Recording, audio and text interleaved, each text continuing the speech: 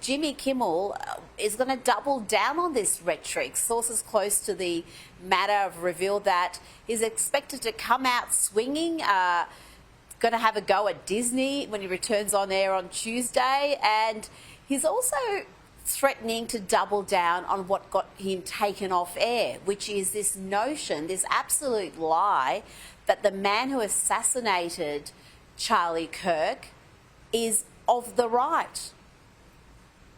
I mean, it's totally hard to process if you have any common sense whatsoever. The specifics of Kimmel's opening monologue on Tuesday remain under wraps, and it's unclear whether he will directly address the suspension. One insider said they don't know exactly how he'll handle it, but he's definitely not going to back down. The past week has only made him bolder. They said something else about his nether regions, but this is a family show, so I'll censor myself here. But they talked about how something had grown in size over the last week since he's been suspended. But they say that he really didn't want to come back, that he, wanted to quit on principle. He was so fired up over this, and that he's only returning to support his crew of 200 plus. Well, yeah, there's again talk that he faces a mutiny from his crew if he doesn't speak out, if he doesn't hit out at Disney. The sense of entitlement, Kinsey, is astonishing. We're talking about a man being paid an insane salary to fail at his role. His audience is tiny. It has dropped by some 70% since its peak.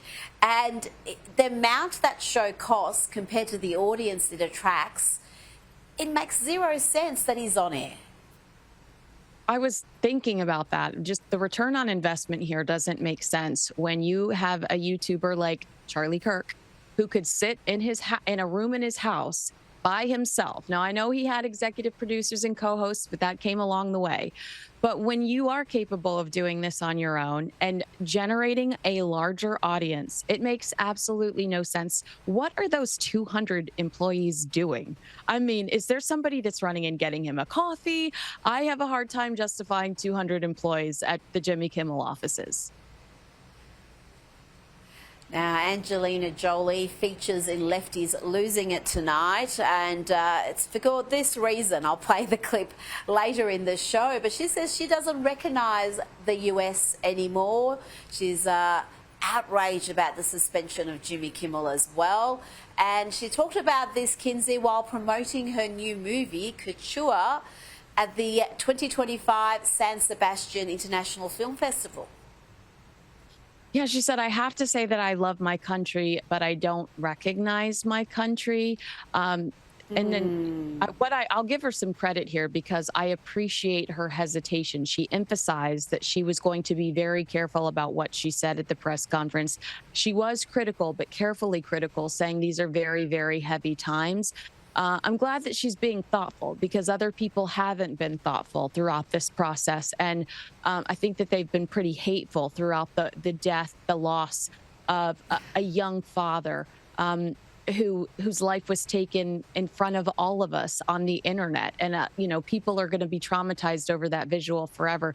But I will say Jolie's dad is John Voight, a special ambassador or special envoy to Hollywood, appointed by President Trump earlier this year. So clearly the holidays must be difficult for Angelina versus John at home. If they are spending any time together, they've got some different political corners that they must be navigating. You are being far too kind and generous there, Kinsey. I thought her statement, whilst not, it could have been worse, you're right, and we have heard a lot worse from the celebrity class, but it was still inane, it was still asinine, and it was still divorced from reality. It showed what a bubble she exists in. She talked about what a citizen of the world she is and how she lives everywhere, but that statement showed she exists in a very tiny bubble, regardless of where she travels to. Now, I want to speak about the Obamas with you because they were spotted boarding Steven Spielberg's $250 million super yacht in the Italian Riviera. And they were doing this precisely the same time that we had so much of the country watching Charlie Kirk's memorial and being really moved by a significant moment in this country's history. Again, it shows the utter divide.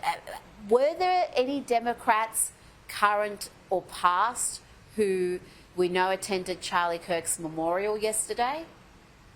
I looked this up and I couldn't find anyone. I could not find anyone, which was pretty devastating. I mean, I thought Charlie Kirk's memorial was a really edifying and gorgeous display of unity. When Christian artist Phil Wickham sang to a packed stadium, "When I fight, I'll fight on my knees with my hands lifted high. Oh God, the battle belongs to you."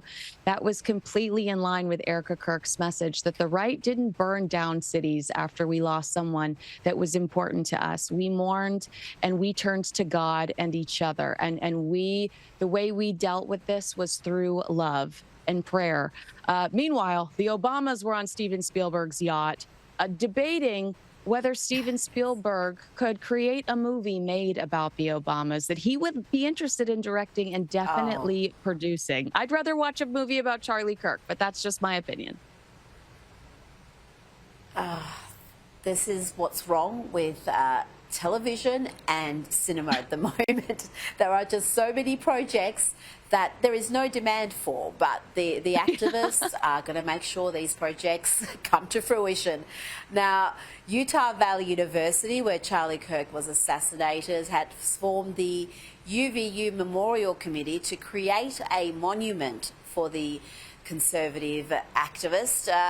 Kinsey, surely this is going to happen. Surely there's going to be monuments on university campuses all across the country. You would think at a minimum that is called for. Yeah, I mean, the university shared this news on Monday, stating it would listen to community voices and carefully consider the many perspectives surrounding the memorial. They added that it has already received an outpouring of support, ideas and suggestions from students, faculty, staff, community members, even business leaders and elected officials. And they emphasized that public input will guide the project's direction.